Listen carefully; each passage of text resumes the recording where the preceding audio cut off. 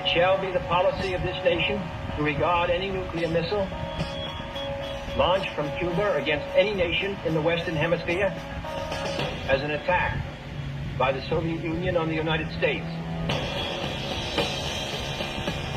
The cost of freedom is always high. No one can foresee precisely what course it will take. One path we shall never choose, and that is the path of surrender.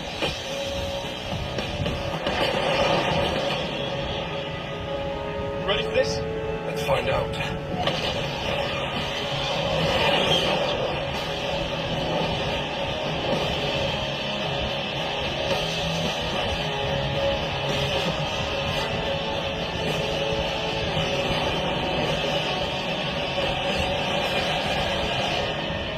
Listen to me very carefully, my friend. Killing will not bring you peace. Peace was never an option.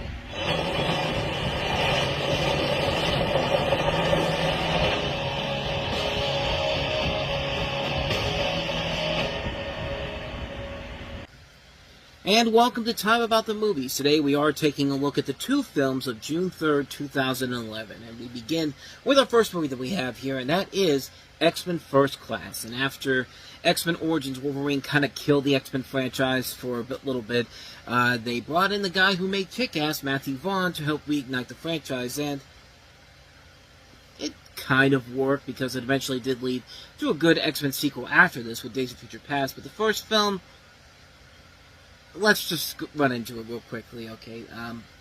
Yeah, I didn't like this one as much as everybody else did, but I'll get to that after I read you the synopsis here. Before Charles Xavier, James McAvoy, and Eric Lenzer, Michael Fassbender took the names of Professor X and Magneto, they were two young men discovering their powers for the first time.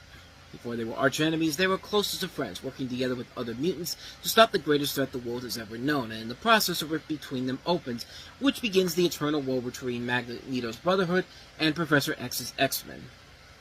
Now, unlike a lot of people, I was not looking forward to this movie at all, especially after what had happened with X-Men 3 and X-Men Origins Wolverine. And after those two films, I pretty much gave up on the X-Men franchise, and I thought there was no way coming out of that movie like this, coming out of the Wolverine, it's like, there's no way to come back from this. And I wanted to forget that this movie was even coming out, but then the reviews started coming in, and everyone was like, you know, this is actually really good. You're missing out on something really special here. So I went into it with a little bit more optimism, and let's just say that as much as everybody likes this movie, I just thought it was just okay. Not great, not terrible, just okay. Let me explain, because I know there's people out there giving me negative comments right now, or giving me a negative thumbs down, or what is it like that type of stuff. It's just like, let me explain the situation here. I know that a lot of people like this movie, but really, there's so much about this movie that I just didn't think worked at all. Mixed in with the stuff that does work, I think the performances overall are really good. I think James McAvoy and Michael Fassbender as Xavier and Magneto work very well. I think Jennifer Lawrence is great as Mystique. You know, I actually gave a shit about Mystique in this one. I mean, she isn't just eye candy like Rebecca Romijn was in the other X-Men movies. And the rest of the cast does a really good job. I like Nicholas Hoult as Beast in this. The action sequences overall were very good. But the special effects were pretty good too. Although there were definitely times when they did look kind of cheap on the level of something like a G.I. Joe, The Rise of Cobra. And my biggest overall problem with the movie is that the first half of the movie I thought was not as good as the second half. I think it's one of those movies where the first half just drags on and on and on, and it just felt like you never felt thrilled or invested in any way, shape, or form. Like, it was just such a bore. Like, I just couldn't... Like, it was just a movie where it's just kind of like, I mean, come on, get something going here. You have the pieces there to make something work, and you're not doing anything to make it as engaging or as thrilling. Like, once the mutants attack the CIA, that's where the movie picks up. I mean, the last action sequences were really good. I mean, that was where the movie just really took off. And even by the end of it, I was just kind of like, I mean, I didn't hate it, but I didn't love it either. And especially considering we had so many good reboots coming out with Batman Begins and Star Trek, I was really hoping X-Men First Class would join that, but it just didn't do it for me, man. I know I'm one of the very few people who did not like this movie, but I can't help it.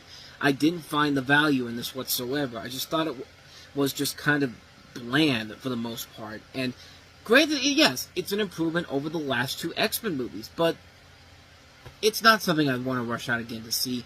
I barely have ever wanted to watch this movie again. It just, when it goes to the best X-Men movies, I go straight from X-Men 2 to Days of Future Past, and I just completely forget about 3 and Wolverine, and also First Class. I just go straight to Days of Future Past, and then of course the Wolverine, Logan, you name it. But yeah, this just didn't do it for me, and I know I am in that very small category of people that says this, but I can't help it, man. I didn't find the value in this that most people did. That's just my personal opinion on that one there. So yeah, that's the one I feel like I'm going to get the most flack for. I probably won't get as much flack for the last one we'll look at here, which is Beginners, which, yeah, as much as I love Christopher Plummer, he did not deserve to win the Oscar for this performance.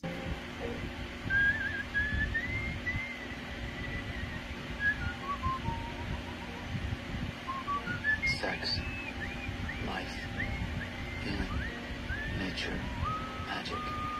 The memory of the refrain. Yeah, this is the pretentious piece of garbage. Yeah, I did not enjoy this movie at all. I thought it was way too stuck up its own butt, and it's a noble effort, I will give it that, but at the same time, it's just like, I really don't care about any of these people whatsoever.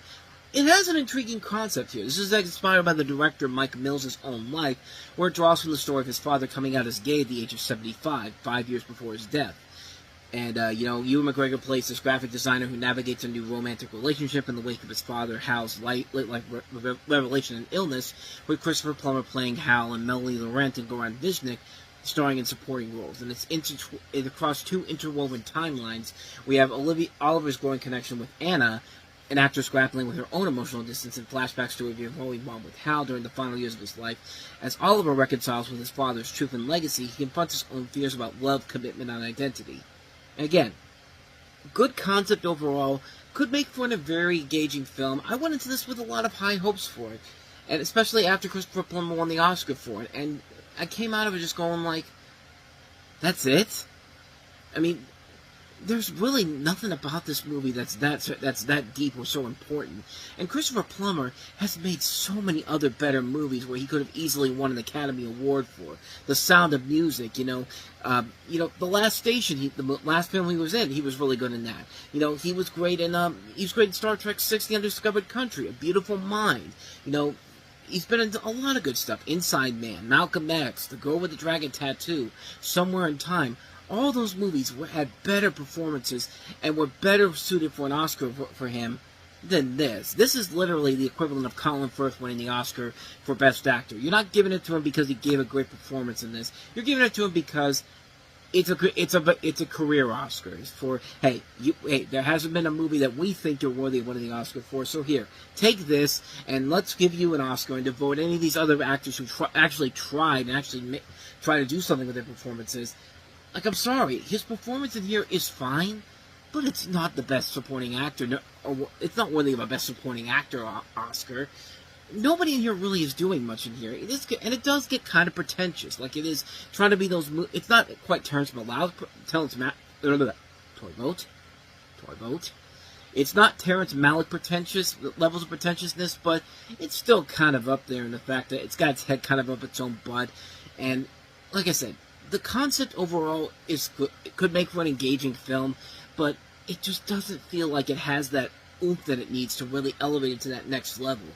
I really came out of this really bored and thinking to myself, man, I'm going to be one of the few people that really does not like this movie. And I really didn't. I tried my best to give it the benefit of a doubt. And it's just like, it's just kind of bland. It's just kind of a lackluster, again, pretentious movie. Nobody really is given 110% in this film. Not even the Christopher Plummer, who of course got all these awards for it. I didn't even think he was giving it his all in this. It's just like, there's so many other better movies that these actors have been in where they've really shown what they can do with an actor as a whole. But in this, not so much. Again, my personal opinion on that one. So, yeah, that's my thoughts on Beginners. And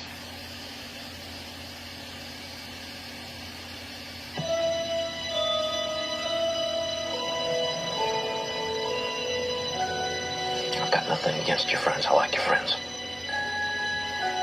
Well, things have obviously changed for us. I have to help Charles finish his movie.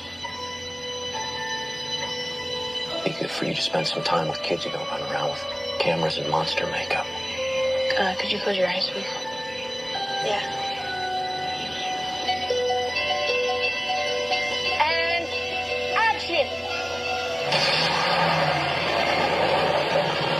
Guys, watch out!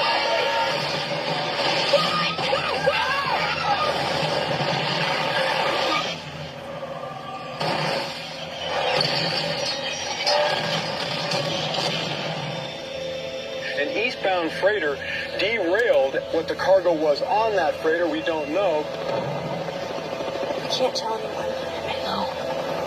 I understand you have concerns about our cargo. Colonel, there isn't anything else that I should know, is there? I can assure you the answer is no. We've gotten calls from people who found local dogs, but the calls coming in aren't local. It's like they all just ran away. I've got property damage. I've got theft. I've got 9 people missing now. There are things happening around here that I can't explain.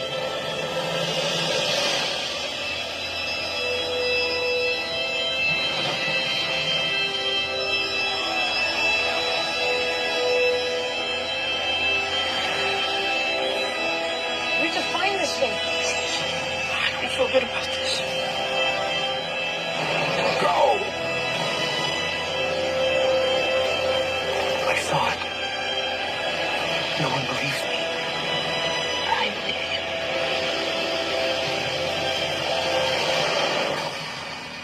What the hell?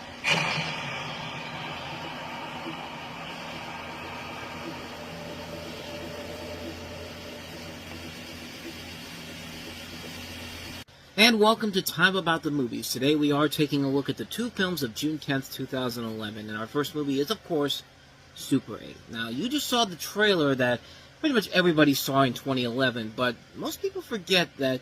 Think back to when you first saw Iron Man 2 on the big screen, and you saw all the trailers for the big summer 2010 movies, and then you got to the very end when this random trailer they're about to show you started popping up.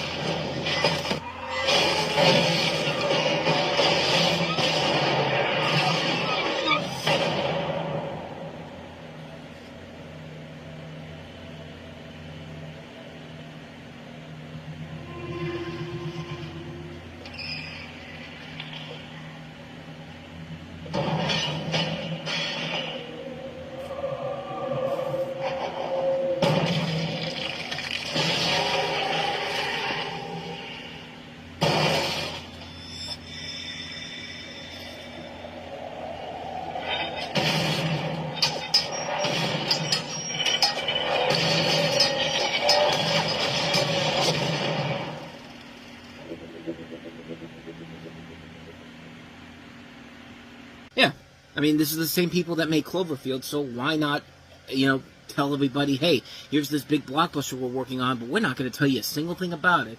And that was their big marketing plan with this movie. They started it with Iron Man 2, putting that trailer on there, no release date, and lo and behold, a year and a half later, almost over a year later, I should say, not a year and a half, but we finally got this movie. And, needless to say, it definitely delivered on the hype that it promised, and inspired a lot of other things that we'll talk about as we go along here. But this is, of course, Super 8, and it tells the story of a group of young teenagers who are filming their own Super 8 monster movie when a train derails, releasing a dangerous presence into their town.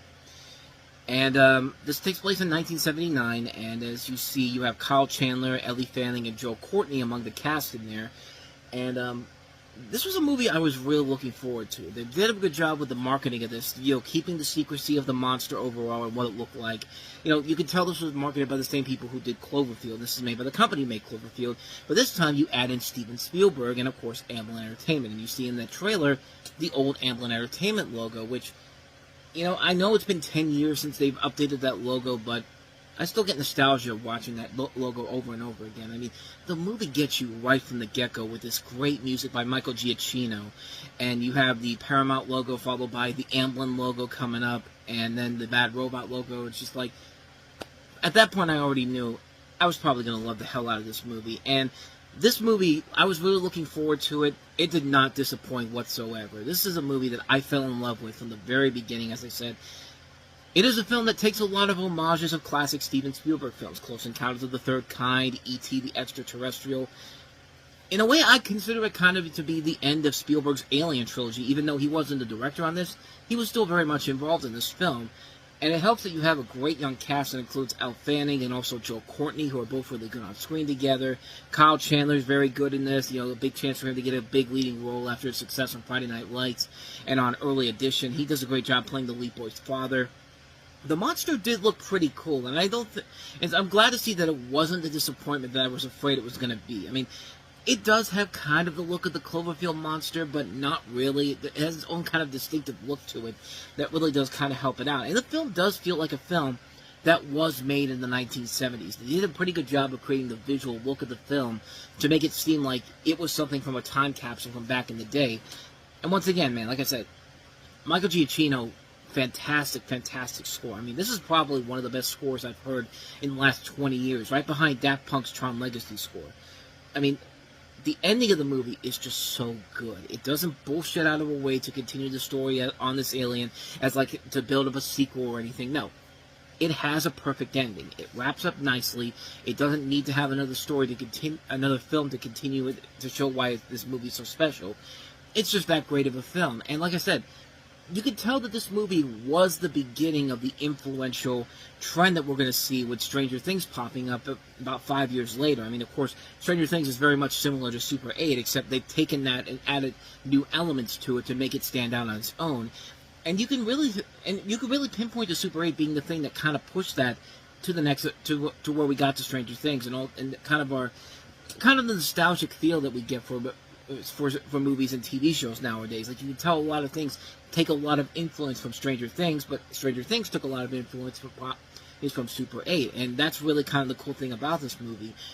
It sadly doesn't get the appreciation I think it deserves. I think it's definitely a film that really is a lot better than people let on. I think it's a film that it was kind of stuck in Cloverfield shadows because it came out so soon after the original. I mean, the film did well with critics overall, but audiences were just kind of mixed about it. It got kind of lost in the shuffle for a little bit, and you really don't hear a lot of people talk about it anymore. It's a shame because this movie still holds up after all these years. It's a wonderful, action-packed movie. It is very much a perfect film. It's a film that does not have many flaws to it. It's a good, fun movie all across the board. I had a good time with it. I was really glad to see that it held up after all these years.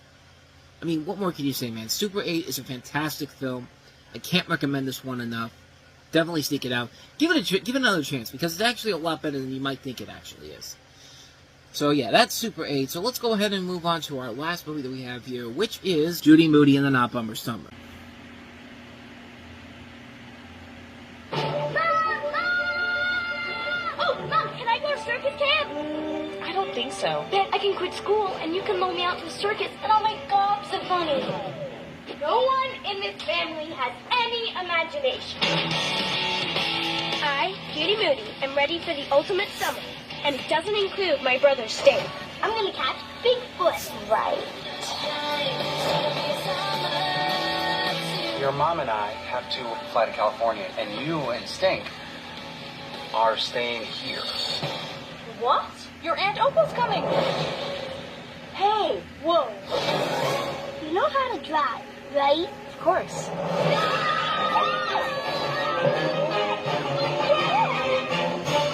You call that driving? In Opal turned out to be way cool. And we came up with a plan. Introducing the Judy Moody Mega Rare Not Bummer Summer Dare. So we do these dares, and for each one we get 10 thrill points. The thrill race is on. Stop! Supercalifragilisticexpialidocious. Oh, what's wrong? Okay, you could pretty much see some of the problems with the movie right from the get-go. It is pretty much a rip-off of Diary of a Wimpy Kid, because Diary of a Wimpy Kid was so successful. So let's take another popular book series of the same name and do the same thing with that. And the Diary of a Wimpy Kid movies weren't even that great to begin with. So we're ripping off something that wasn't that great to begin with and making something that's even worse. And that's the problem with Judy Moody and the Not Bummer Summer.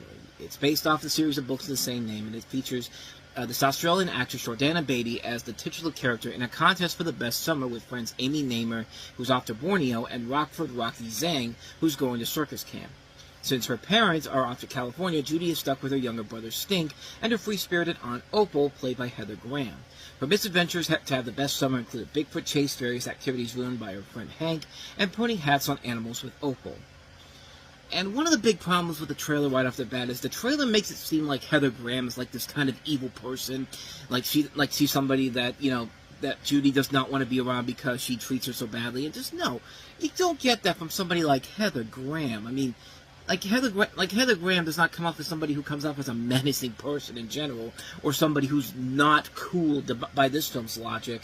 But I mean, it's just perfectly fine in here. The casting overall is fine, I guess, but at the same time, the jokes really are just kind of lackluster and bland, and this movie doesn't feel like it's going for the jokes strictly from the books. It's just going like the typical PG kids movie route where, oh, we gotta have gross out humor, we gotta have her puke, we gotta have her best friend puking on her while she's on the roller coaster, and it's just kind of like why? Like, why do we have to degrade ourselves to that level? I mean, this is pretty lame. I mean, this is a lousy movie that's way too bright and colorful, even by the book standards. Like, I mean, honestly, this could probably work in an animated format like Diary of a Wimpy Kid did later on down the road. Because I think the Diary of a Wimpy Kid Disney Plus animated movies are much better than the actual live-action movies. That's my opinion. But this, yeah, it's just bland kids territory, and kids were smart enough to not want to go see this movie. And I think the parents were smart enough to say,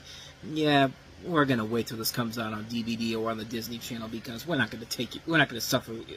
We're not gonna make you kids suffer from this. We have another kids movie later in the month that we're gonna make you suffer through, but all a good time. But like I said, man, the acting is fine, I guess. But other than that, this movie's kind of lame. I mean, this is a film that, even if you're a fan of the book, I don't think you'd be really that impressed by it by any means. So, yeah, so that's all I got to say about Judy Moody and the Not Bummer Summer. It's not a bummer summer, but it is kind of a bummer of a movie.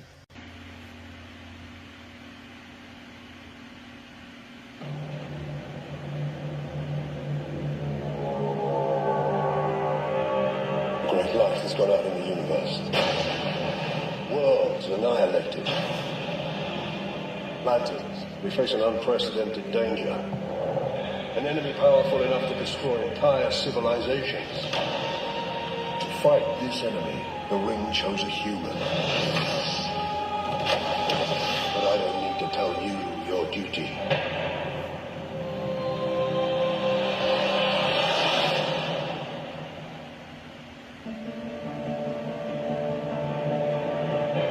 Your name? Hal Jordan. The Ring chose you. Take it. Speak the oath. Speak the oath. Everybody knows the oath. I pledge allegiance to a lantern that I got from a dying purple alien. So, this is the chosen human. The ring turns thought into reality. Its limits are only what you can imagine. The sword of human.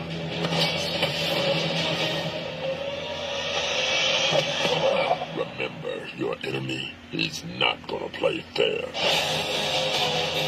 Is that what I think it is? An alien life form, Doctor. The first that mankind has ever encountered. Son, we're gonna get you well again. I'm I've never felt better in my life.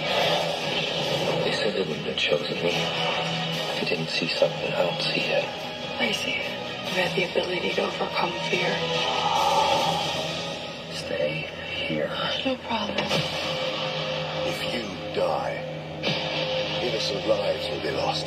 Your world will be annihilated. Help me save my planet. Fight it. Fight it with me. Brightest day. Blackest night. No evil shall escape my sight. But those who worship evil's might, beware my power.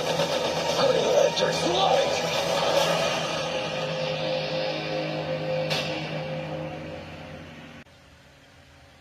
So much potential completely wasted. Welcome to Time About the Movies, everybody. I guess you could say this is a bonus episode since I already recorded one earlier today, and I figure I got time. What the hell? I'll do one for today. We are taking a look at the 3 films of June 17th, 2011. I was about to say June 24th, but that's the next episode. But let's take a look at our first movie that we have here, and that is Green Lantern. This is a movie that, like I said, should have worked. It had Ryan Reynolds at the head of a big superhero picture in a film where he's surrounded by a pretty damn good cast, a director who rarely made a bad movie in his career, Martin Campbell. What could possibly go wrong? Well, we're going to find out right now. A test pilot embraces his destiny as a cosmic superhero in the adaptation of the popular DC Comics series. Ever since he saw his fearless father perish in a tragic aviation mishap, all Hal Jordan could think about was flying. It was the only thing the brash, cocky, and irresponsible test pilot ever truly excelled at. Little did he realize he was destined for something much bigger. Somewhere out in space, a powerful force of evil known as Parallax is spreading fear and destruction. The only hope for defeating Parallax is the Green Lantern Corps, a group of intergalactic warriors powered by the force of will. When legendary Green Lantern Abin Sur, played by Tamara Morrison, is sent hurtling towards planet Earth after the deadly encounter with Parallax, his ring chooses Hal to continue the fight. The ring's spirit sprints our hero to the Green Lantern's home planet of Oa for training, the first human ever to receive the honor of becoming a Green Lantern. Hal is viewed with scorn by the League's leader, Sinestro, played by Mark Strong, who trains him alongside the hulking Kilowog, voiced by Michael Clark Duncan. Later on planet Earth, frail scientist Hector Hammond, played by Peter Sarsgaard, becomes infected with Parallax's evil while performing an autopsy on Abin Sur, and uses his newfound powers to stake claim on Carol Ferris, played by Blake Lively, Hal's lifelong friend and fellow test pilot. When Hal learns that Parallax's plans to consume all life on Earth to gain the energy needed to conquer Oa, he begins looking inward for the courage to defeat the malevolent force and embrace his destiny as a super-powered peacekeeper. Like I said, here's one of these movies that, again, should have worked. Everything was going in the right direction for it, and then film came out, and the rest is infancy. Let's start off with the good things. Ryan Reynolds is far from the least of this film's problems. I mean, he, I think, was the perfect choice for Hal Jordan, and he was perfectly fine in the film. He does carry the film through its many faults, and I liked most of the special effects in this movie. I thought they did a very good job on the planet of Oa. I liked the design of Tomar Ray and Kilowog. The final action scene between Hal and, Parallax I thought was okay. I thought it was actually pretty good. But that's about it, man. I mean, everything else was just wow. Well, let's start off with the editing, and it's very clumsy, very disappointing, especially considering who did the editing for this. This is Stuart Baird. This is like the editing god, because this is the guy who's done editing jobs on some of the great action movies of all time. I mean, Superman, he's done stuff for like the Die Hard movies, the Lethal Weapon movies. I mean, G.I. Joe, for God's sakes, but I can't believe how bad the editing on this was. This was just a clunkily put together film. And another thing that really bugged me, like I said, a lot of the special effects are good, but then you get those few moments when you look at this and you're thinking to yourself, what the hell am I even looking at here? One of the most notable examples of that is when you have this incredibly pointless scene where it's literally a Hot Wheels commercial. His Green Lantern's at this party with the Hector Hammond's family, with his father played by Tim Robbins, and something happens, and he's got to save the day, and he shows up with the Green Lantern, and he just creates these Hot Wheels ramps out of nowhere, and I have no idea what the hell they were thinking, except to just sell toys with it, because, my God, that looked abysmal. That looks absolutely terrible. Terrible. Like, this movie reminded me a lot of G.I. Joe, like The Rise of Cobra, which did have some bad effects, but sometimes they had some really cool ones, like The Chase in Paris was a cool effects shot. But here, when it's bad, it's really bad. G.I. Joe at least had the benefit of being a good movie all across the board. This one, no, not so much. But the biggest problem with the movie is simply and effectively the lack of a villain. Like, Parallax has a cool design, but he's basically the equivalent of the Galactus in Rise of the Silver Surfer. Not the cool-looking Galactus we just got in Fantastic Four First Step. No, we got the one that looks like a literal cloud in the sky, like straight out of Rise of the Silver Surfer. They ripped that off for their design of this, but said, let's make him even look even more ridiculous at times, because, yeah, his design work looks pretty terrible. But then again, it gets even worse with Peter Sarsgaard. This guy is the literal definition of a bland, forgettable comic book villain who says all the villainy quotes you expect to hear from him, and he is not threatening whatsoever. I hated his character. Every time he came on screen, it's like he took over the movie, and when he did, it was just like, my God, get the fuck out of here. Like, you're making this movie much worse than it needs to be. He is such a goddamn pain in the ass in this film. Like, he's evil for not being there's a villain like he's supposed to be. He's evil because every time he shows up on screen, he's stealing your time and your concentration on the movie. Like, you get the idea. He sucks. He's absolutely terrible in here. Like, this is not a good movie. This is not a good film whatsoever. It's a major disappointment for everybody attached to it. Ryan Reynolds, this was supposed to be his big thing that was going to push him to the next level. And as much as he's trying to save this movie as much as he can, everything else about it is just dragging it down big time. This is a disastrous film that should have been so much better than it actually was. It killed Martin Campbell's career. It luckily didn't kill Blake Lively's career for a little bit, but, again, Ryan Reynolds, man, what more do I even need to say? I think I should just let Ryan Reynolds' more successful superhero character fill you in on my thoughts on this film. Goddamn, that's beautiful.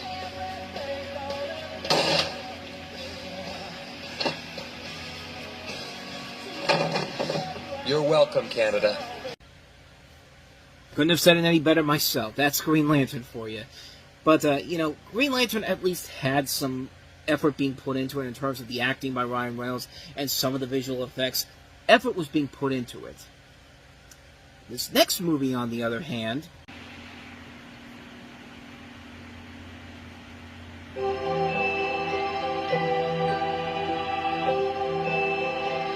Dear Lord, thank you for the food we are about to eat. Please use your mighty power to stop the melting of the polar ice caps. Amen.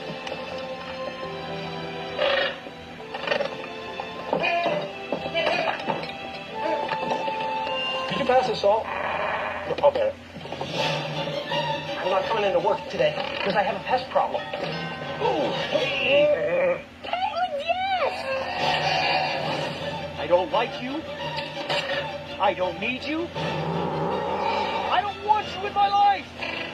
Pull yourself together. Your house is full of penguins.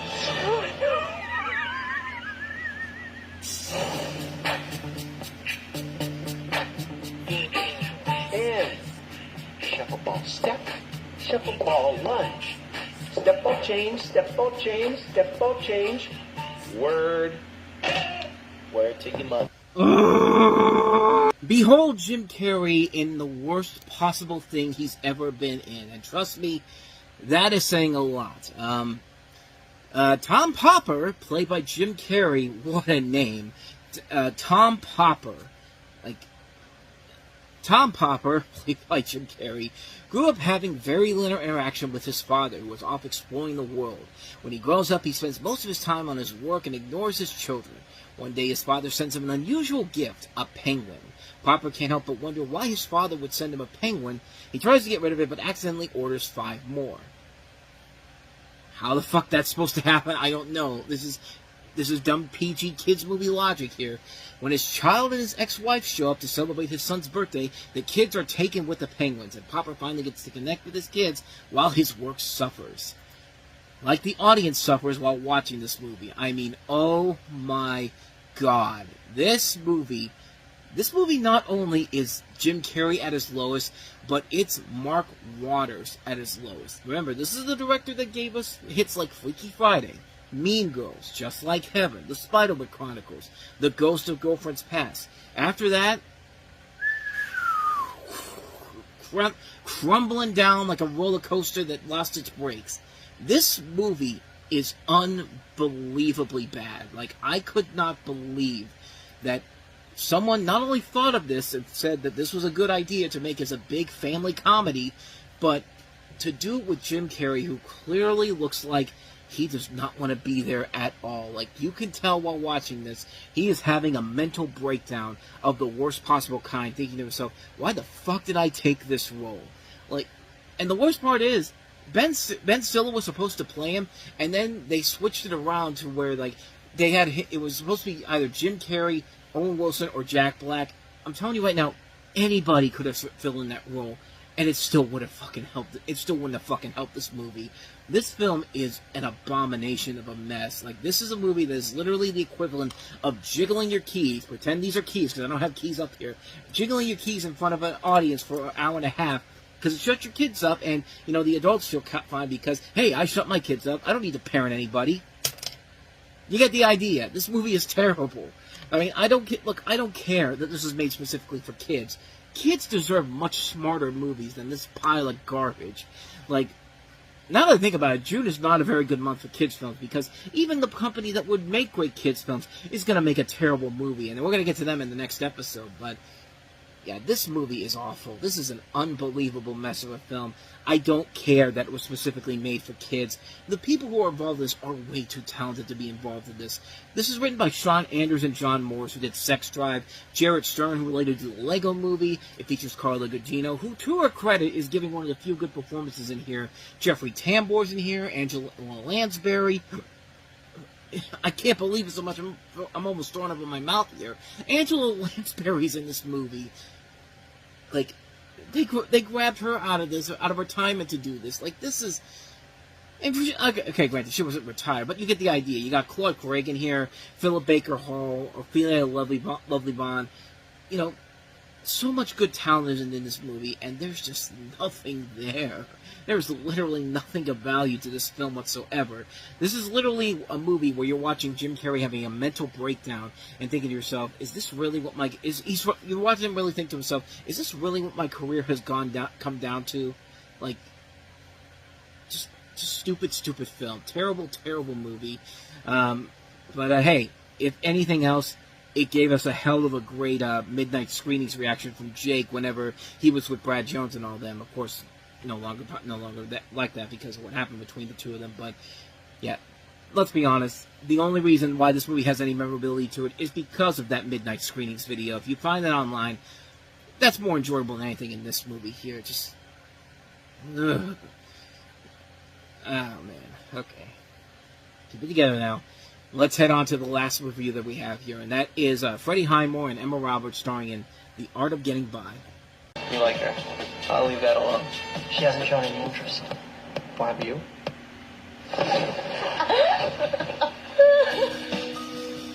I don't think you should be messing around with him.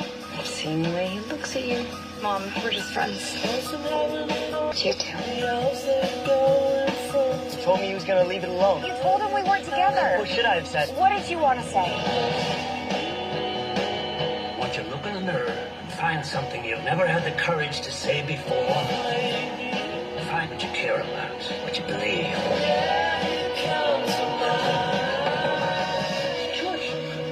I am a surgeon! Okay. That is not what happens in the movie, but it's certainly much better than anything else that happens in the movie. It's one of the greatest overacting performances of all time, and it's one of the most hilarious overacting performances ever. In fact, let's play it again. I am a surgeon! One more time. I am a surgeon! I am a surgeon! Dr. Hunt, I am a surgeon! I'm sorry. Some people may look at me and seem like I'm being an asshole. No. That is one of the stupidest, over-the-top performances ever. Even if for somebody who has autism, even somebody who has autism would look at that and go, like, pin it back down a little bit, guy. I mean, I know you may think I sound like that, but I don't sound like that whatsoever. I mean, that's one of the biggest jokes of a performance ever. That, you know, that's one of the examples of somebody who's begging for an Emmy award so badly, like. Yeah, it's not going to happen, man, with a performance like that, and obviously he never won an Emmy for that, which, I don't have nothing against Freddie Highmore, but I'm sorry, performances like that are just, it's the literal equivalent of Colin Firth winning an Oscar for a performance that is literally a body of work Oscar, and not for a performance that you really deserve it for, but this is the art of getting by. Back to this movie. You follow George, played by Freddie Highmore, who is a lonely high school senior who forms an unlikely bond with a popular classmate named Sally, played by Emma Roberts. And truth be told, these two have been really good in other movies in the past. But in a movie like this is literally a waste of your time. This is a movie that is literally... Rotten Tomatoes, I think, sums it up nicely with their consensus. A sitcom-level twee mess that bakes in the typical manic pixie dream girl and boring withdrawn boy hero. Couldn't have said it any better myself. This is the type of thing that you would see on ABC Family in the 2000s, right next to Pretty Little Liars and The Secret Life of the American Teenager. But you don't have, you know, bigger names like Freddie Highmore and Emma Roberts there. You know, they're not up there with the echelons of ABC Family's roster of stars like Shailene Woodley and Lucy Hale. But then again, they would become stars in their own merits. But, I mean, this is not a good movie whatsoever. It's a boring film. I mean, Freddie Highmore and Emma Roberts are doing the best they can to save it, but this is literally the type of film that you would see on the CW or ABC Family on a Tuesday night. Like, nobody comes back to see something like this and thinks to themselves, oh, this is that great of a film. No, it's not that great of a movie. It's a lazy film. It's a boring movie. You don't like any of these characters whatsoever. You wish these two would be in much better movies than this pile of garbage, because that's what this is, really. A pile of pretentious garbage. Plain and simple. I got nothing else for you. The art of getting by. The art of getting by would be to stay the hell away from this movie. That's for damn sure. I am a surgeon! And I'm an Abercrombie & Fitch model. I'm sorry for that.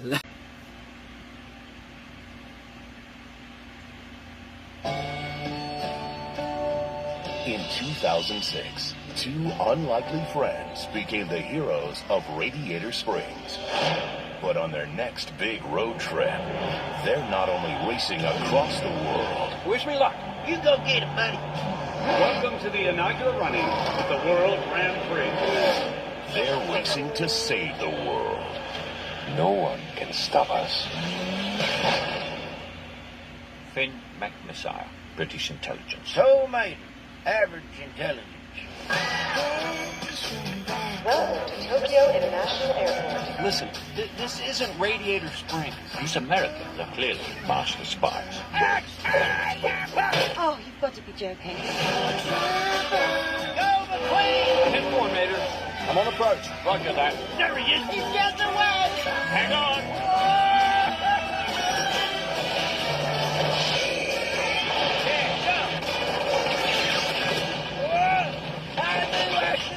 Carry on! Cars 2. Good job! Sorry, lady. I think you can kind of see the major problem with Cars 2 right from the get-go, but we're going to delve into that in a little bit here. But welcome to Time About the Movies. Today we are taking a look at the three films that wrap up June 2011 on this June 24th. And our first movie is Cars 2, and like I said, right from the get-go, you could pretty much tell where Cars 2 kind of went wrong here, because this time around, it's race car Lightning McQueen, voiced by Owen Wilson, and tow truck Mater, played by Larry the Cable Guy once again, heading to Japan and Europe to compete in the World Grand Prix, but Mater becomes sidetracked with international spies Finn McMissile, voiced by Michael Caine, and Holly Shipwell, voiced by Emily Mortimer. So let's just get this out of the way. Spy movie? Why? Just... Why do we need a spy movie element in this movie? The first film had nothing to do with spies. The first film had nothing to do with what the hell they were trying to do in this film. It could work if you had a hook to it, or it's actually pretty good. But, as I said before, this is Pixar's first real misfire critically, and you can kind of see why it failed right from the get-go, because of the fact that right from the get-go, the plot makes no sense whatsoever. Like, why are we adding a spy element to this? Like, there's no reason why Cars has to have the same type of a plot line that The Incredibles do. Like, I get the feeling, because this is John Lasseter's baby all the way through. Cars was his baby from the get-go. I get the feeling that John Lasseter went up to Pixar Creative one day and said, you know, it's time to make another Cars movie. And in fact, honestly, he probably wants something a little like this. Hello, I'm John Lasseter. I think it's time we make a sequel to Cars. Okay, Mr. Lasseter, what's your idea for Cars 2? I don't know. I mean, to a lesser extent, it's probably that, but I hope you enjoyed a little bit of comedy there. But I mean, anyway, back to this movie here. Like, the first Cars movie, I didn't hate as much as everybody else did. I thought it was just an okay movie. It's definitely the weakest of the Pixar animated movies, but it's not god-awful. And Larry the Cable Guy was pretty good as Mater in there, and he was actually one of the things in the first movie that I actually thought was pretty good. And it was an overall fun animated movie. But this one, kind of like with On Stranger Tides earlier in the summer, there's a reason why, you know, a great character from a previous movie should probably be relegated to just being a supporting role or a side character than actually being the main character, because just like with On Stranger Tides, a lot more of Mater goes a long way in this one, because yeah, he's the focal point of this movie. Lightning McQueen's kind of pushed off to the side in this particular film when you really think about it.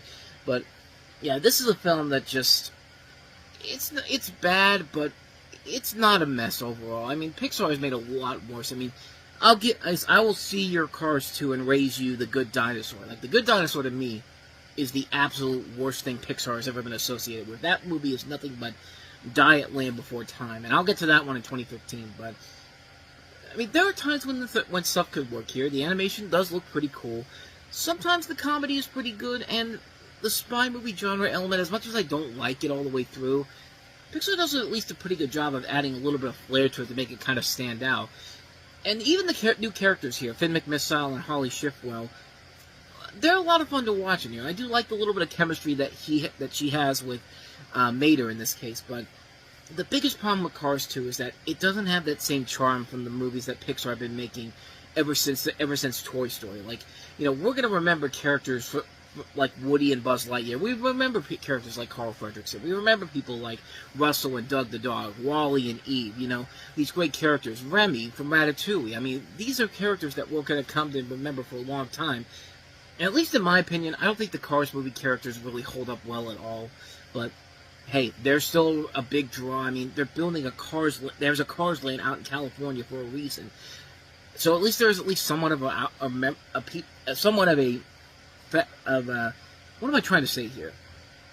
There is at least a little bit of a fandom with the Cars franchise, with kids at least, but no adult really remembers the Cars characters as a whole. And honestly, a movie like this kind of makes you you realize, oh wow, there was no reason to make this movie whatsoever, except the fact that I really do think that, you know, Pixar probably didn't want to make a Cars sequel this quickly, but, you know, John Lasseter's the guy that probably said, John Lasseter knew that he said that they wouldn't do sequels to the movies unless they had a good story.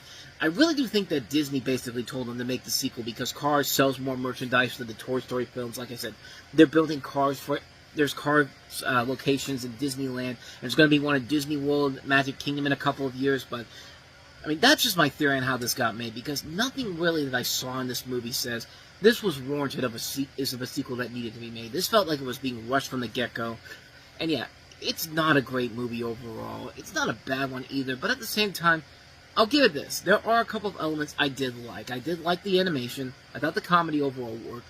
Even the way that Mater kind of gets the main bad guy at the end. Like, I like the little plan that he had, you know, go right to the queen and all that, and the person that they're there with, and just said, all right, if I'm going out, I'm taking all you motherfuckers with me, and like that's a great little thing they do at the end there. Like, that was pretty fun. If the movie had been the rest of that I probably would have been much nicer to it, but as it is, it just doesn't work because it falls into predictable territory with you know, there's a stupid subplot about, you know, Lightning Queen, you know, getting embarrassed by Mater, and it's just like, you know, they're gonna have the big third act breakup where everyone has to go their separate ways, and it's just like, come on, man, you're Pixar, you're better than this, and sadly, this one just isn't. I mean, this movie, this is really one of the worst things they've done. I mean, this is bad, but like I said, Good Dinosaur is still far, far worse. But this is definitely on the lower end of the Pixar movies. I mean, Cars at least was a better film than this, and yeah, Cars 3 was better. At least Cars 3 got back to what Cars was all about. But even then, that film kind of disappointed with the way the film was marketing it. But overall, yeah, I'm very mixed on this one. I don't like it, but I don't hate it either. But I just expect a whole lot more from Pixar in general. And this feels like this is beneath them to do a film this badly put together. I mean, they very rarely make any really bad films. This is definitely on the lower end of the films that they make. So take that for what you will, and at least be grateful that the next Cars movie they make is going to be better. And, you know, they showed off the preview for their next movie, Brave, and everyone thought that it was going to be their return to form, and, needless to say, that wasn't the case. But we'll get to that one eventually when we get to 2012. But this one, I didn't like it as much as most kids probably do. But, hey, maybe these aren't made for me. Maybe they're made specifically for the kids. So, on that front, let's go ahead and move on to stuff that should not be made for the kids. But we are slowly getting back on track here as we start off with the worst of the three films we have here, and then we get to second best of the three, and that is, of course, Bad Teacher. Now, who has the answer to my question? You, Chubbs. On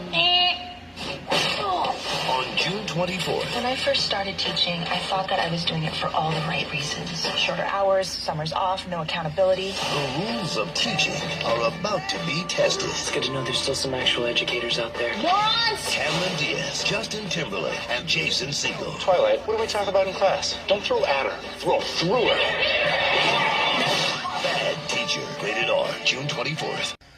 I mean, that trailer right there is a good sum up of this movie and how much I enjoyed the hell out of it. Because I did really enjoy the hell out of this movie when it first came out. Has it held up since? Let's talk about it. A booze-swelling, pot-smoking, hard-swearing 7th grade teacher rallies to get out of the classroom for good by wrangling a rich substitute teacher into marriage in this comedy from director Jake Kasdan, who gave us Walk Hard. Cynical teacher Elizabeth, played by Cameron Diaz, hates her job. She can't wait for the day she finds a man who makes her enough cash to let her walk away from a life of middle school misery. And when her fiancé cancels their wedding plans, her frantic search intensifies. Just when it starts to look like Elizabeth will have to muscle her way through another semester of skull-crushing hangovers, however, handsome substitute Scott Delacour, played by Justin Timberlake, shows up at school sporting a fancy wristwatch and the promise of a carefree future. But in order for her meal ticket to come true, Elizabeth will have to out-cute perky fellow teacher Amy, played by Lucy Punch, and it won't be easy, because Scott is crushing on Amy hard. Now, if Elizabeth can just motivate her students to study so that she can win a state contest to earn enough cash for some new breast implants, perhaps she can find a means of diverting Scott's gaze. Meanwhile, much to Elizabeth's chagrin, wisecracking, self-efficient gym teacher Russell, played by Jason Segel, refuses to admit defeat despite being turned down for a date by her gold-digging colleague time and time again. That premise alone should pretty much tell you what you're in for here. And this is essentially Bad Santa, except let's replace Billy Bob Thornton with Cameron Diaz and have her be a teacher instead of being a mall Santa. And there's nothing wrong with that, because it's cool to see somebody like Cameron Diaz go back to the raunchy territory and actually have it work, unlike something like The Sweetest Thing, which, yeah, this movie is more There's Something About Mary than The Sweetest Thing was. There are parts of it that don't work, but the main stars of the movie knock it out of the park. Cameron Diaz, Justin Timberlake, Jason Segel, Lucy Punch, they work off each other so well. Some of the things I didn't like about the movie, kind of like with another film that we're going to get to, Horrible Bosses, originality isn't really there in this one. I thought some of the jokes overall were just kind of okay, but there were some good laugh-out-loud moments there, and I am getting sick and tired of poop jokes being thrown in there for no purpose whatsoever. If anything, Justin Timberlake I kind of felt was sort of miscast in here. I liked him in the film, but I mean, I really felt like somebody like a Neil Patrick Harris really probably should have played that role. But then again, I like How I Met Your Mother so much, and that guy is one of the great entertainers we have out there. I'd rather see him in more movies than Justin Timberlake, but The real knockout of the movie is Cameron Diaz, who does a really good job providing really good funny moments in here. Somebody who just does not give two shits about her job whatsoever. The stuff she does and gets away with in this movie. You see it in that trailer where, she's throwing the dodgeballs at the kids, and one of the kids throws it back at her. That's funny stuff. That's stuff that makes this all the worthwhile in the end. This sequel I thought was pretty good too, although I kind of felt he was kind of underused here, but hey, he does have one of the memorable moments in the movie where he's literally clowning on a kid for saying that LeBron James is better than Michael Jordan, which I'm sorry to tell you this, Michael Jordan is better than LeBron James, no matter how hard LeBron tries. Sorry to tell you that, but that's the God-honest truth here. But, he only shows up in a couple of scenes, but he does make it worth his while. Lucy Punch I thought was overall pretty good as the obnoxious teacher and her enemy in this. John Michael Higgins and Phyllis Smith from The Office were surprisingly really good here too. And Jake Kasdan overall is very good at directing these type of films. He did Walk Hard, the Dewey Cox Story, a criminally underrated gem of a film. And this was written by Gene Stupnitsky and Lee Eisenberg from The Office, who would later go on to do No Hard Feelings recently. It's a really fun movie. It's a really fun film that delivers what it promises. I like the fact that this film does not even bother to do the liar exposed cliche. Like, this doesn't do what a movie like Cars 2 does, and I am so grateful for that. I had to give the movie another star because of that alone, but yeah, this is a good comedy, but there has been a lot of really fun comedies. There has not been a whole lot of fun raunchy comedies as of late, but a movie like this definitely makes it worth its while in the end here. Surely no network is going to go ahead and make a TV series adaptation and completely butcher it by pandering down to its audience. Oh wait, CBS did that a couple years later, and what a shocker, it didn't last very long. Well, why? Wow, what did you think was going to happen there? Like, why would you take a Bad Teacher TV series to CBS of all places, the network that brought us The Big Bang Theory and 2.5 Men? Do you really think a show like Bad Teacher would fit in that category of shows? Didn't think so.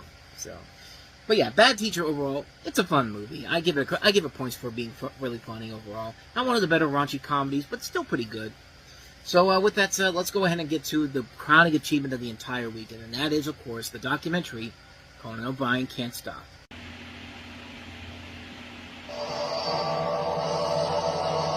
Usually I'm at a certain weight, and then when I went off TV, there's a period there of just like cheese, popcorn, hello? Job? Television job? I'm really angry at times. Sometimes I'm so mad I can't even breathe. If there's ever been a time in my life to just say, to hell with it, it's now. It started out as a small idea. What if I could just go out there and put on a show for them? My own show again. Let's push this crowd back. Everyone give me some room. Get these people back. No photos. Should I be worried that we're opening in a town where nobody lives? Walk of death. Let's do it.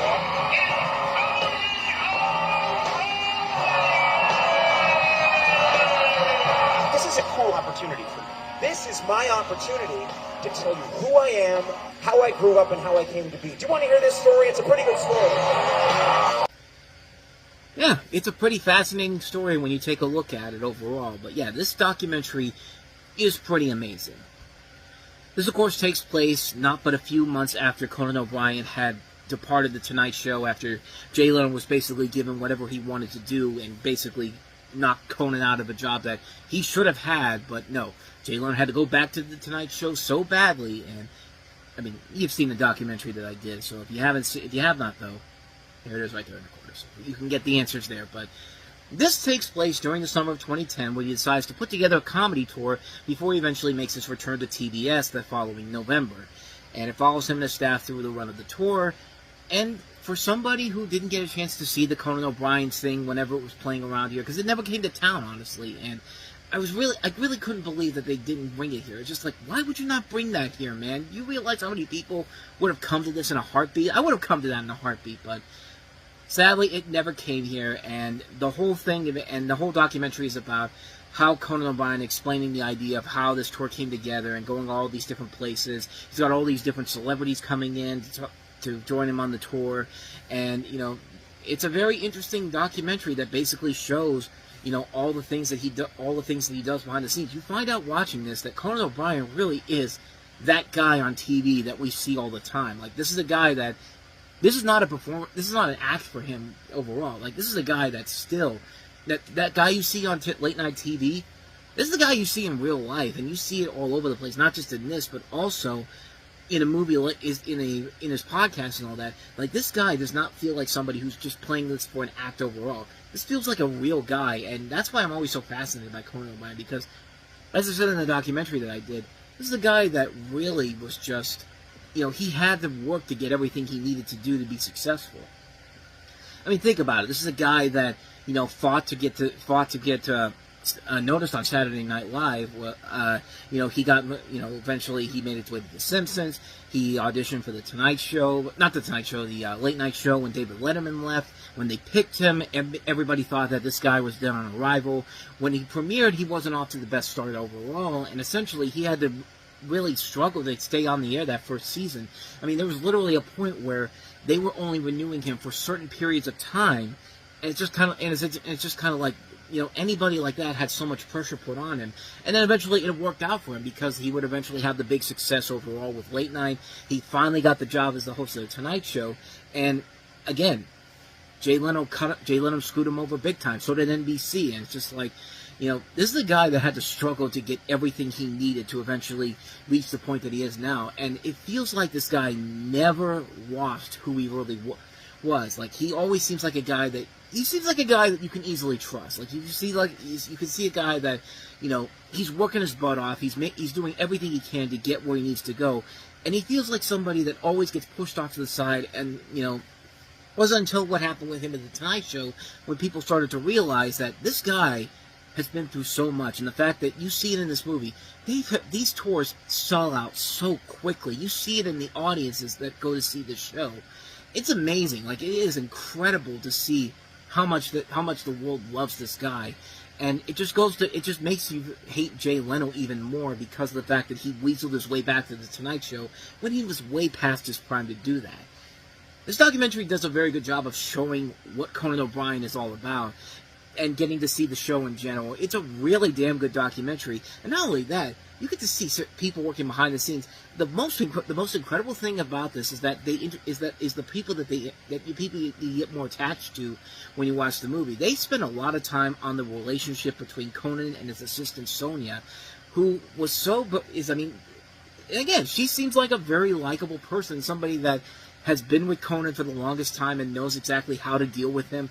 And you could tell they have a nice connection together. And this movie makes you realize how good she is, that she later would show up a lot more on the TBS show. And essentially, when Conan O'Brien decided to just not do the typical late night show as much as he did before, and expand it out more, and he gets more creative control to do what he wants, I mean, it's just a fascinating thing with Conan O'Brien, with what he's been through all his career, and the fact that, you know, he introduces people that you get so attached to. Like in the decade when he was on TBS, not only do you get introduced to Sonia more, and you start to like her whenever she shows up, but also Jordan Stolansky. Who else? Who's another guy who's another person that is on the TBS show a lot? I can't remember.